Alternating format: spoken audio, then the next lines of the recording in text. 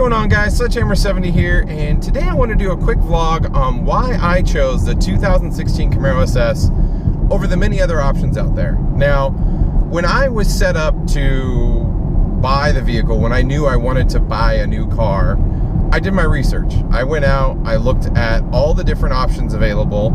I was mostly looking at American muscle, American style cars. I did cross shop a little bit. I was looking at a couple other cars that, funnily enough, some Mazdas, even some Subarus and stuff like that, just because I wanted to see what everything out there was offering in regards to vehicles for the price point I was looking at. And one of the biggest things is obviously I looked at, I'm not biased to any one brand. Now, yes, I have people calling me cheerleaders or GM advocate or whatever, but you know what?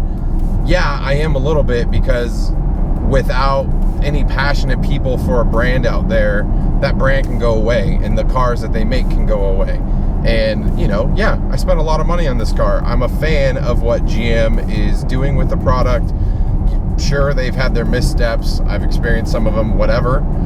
First world problems. But, I enjoy what GM of 2016 has been bringing to the market. Past that, so going back to looking at all the different cars, I went around.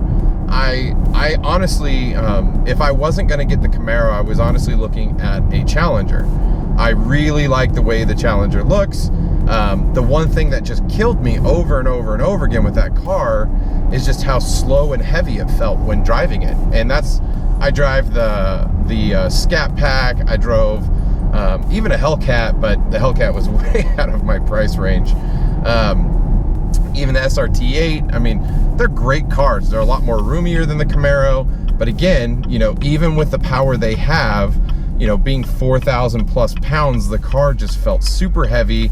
It kind of, like, the car is wider in general and bigger. So, but the other side is just the steering on those cars. I didn't like it that much. It felt, I don't want to say it felt like a boat, but it was kind of getting there. The other side is I test drove Mustangs.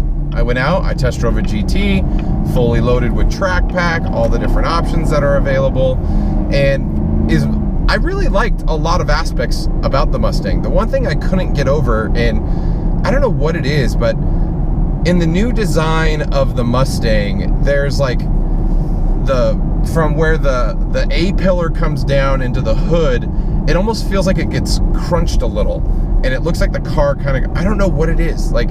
And I've looked at it at different angles and it doesn't always look like that, but from some angles, it just looks like someone squeezed the hood and then it gets fatter as it gets to the front end of the car. The other side is like the options in the Mustang.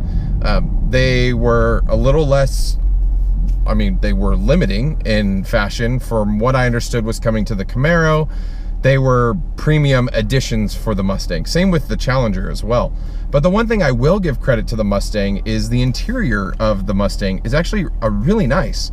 The switches, all the adjustments, it's really clean looking, really nice. It still feels very much like a muscle car inside the Mustang. I liked it.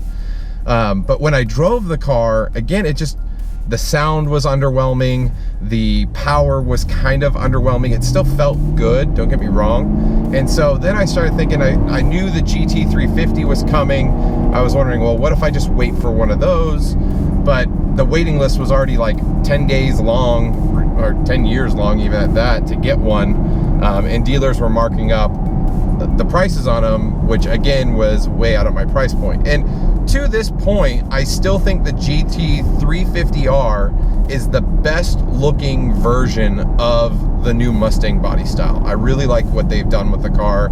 The only thing that I kind of question, or is still kind of bothers me a little bit, is the the solar flare of the spoiler in the rear. And I can't make that a bad point, because the spoiler on the Camaro, even the ZL1 and what looks to be the Z28, like, they're just atrocious. I do not like any option across any of the cars. So dear God, aftermarket people, please make a better looking functional spoiler for these cars.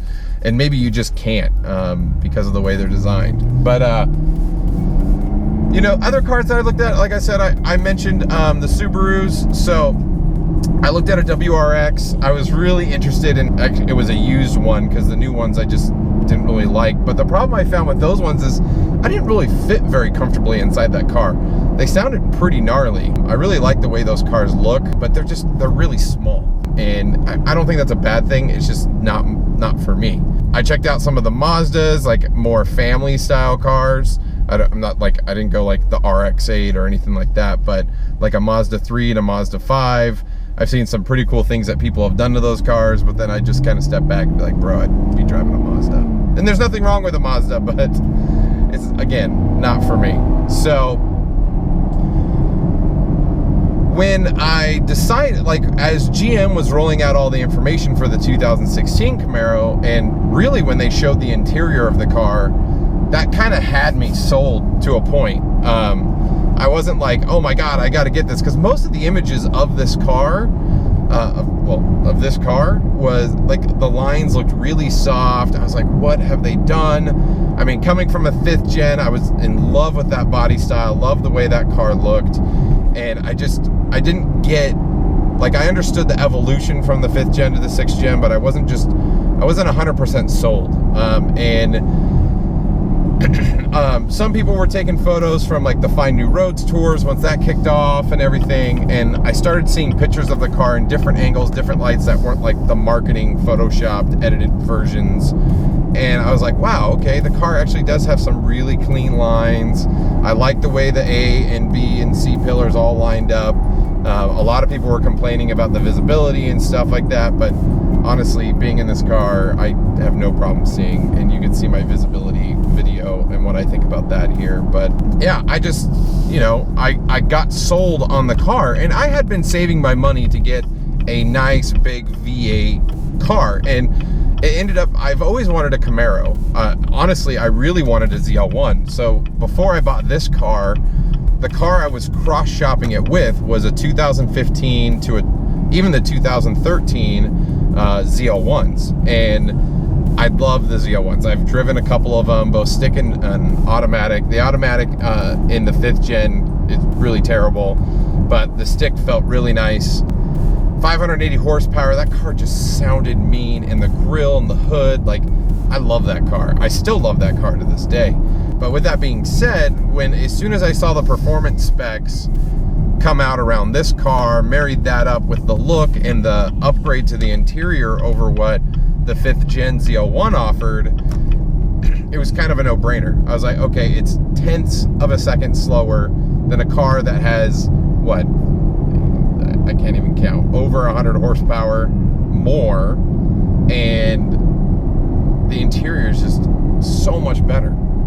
So yeah, it's a ZL1, it's a monster, and sure, I could do some upgrades to it to make it a little bit more powerful, but then I had to flip that on its head, saying, well, I could do upgrades to this car to make it more powerful. So what's the real benefit or the loss, either which way? So obviously I made the call to go 2016 SS, and I'm really happy I did. Now, is this car perfect? I don't think so. But does it check all the boxes for me? Yes. But I really just wanted to make this video to let you guys know, like, I did cross shop. I wasn't 100% sold on the Camaro. The ZL1, very much so. I wanted to check out the Challengers to see what they were all about, even the Mustangs. Those are both formidable cars. They're really nice. Unfortunately, the Mustang's slower, the Challenger even more so, if performance is like your key driver on buying these cars. But as far as style aesthetic, and again, this is totally opinion and subjective across the board, but I just like the way the new Camaro looked over all of them, outside of the ZL1. I mean, come on my 5th gen, I put a ZL1 front end. I love the way that car looks. So ultimately, I would dream I'm dreaming and would love to get into a new ZL1. I think those cars are monsters. They look amazing. I'm gonna start saving. I'm already saving my pennies, but that's a pipe dream at this point. So, but that's my take. What have you guys done? For those of you guys who are driving Camaros, how have you guys cross-shopped? What cars did you look at? What cars are you still interested in if you haven't purchased one?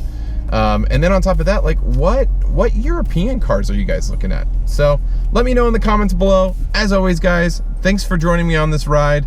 And until next time, I will see you guys on the road.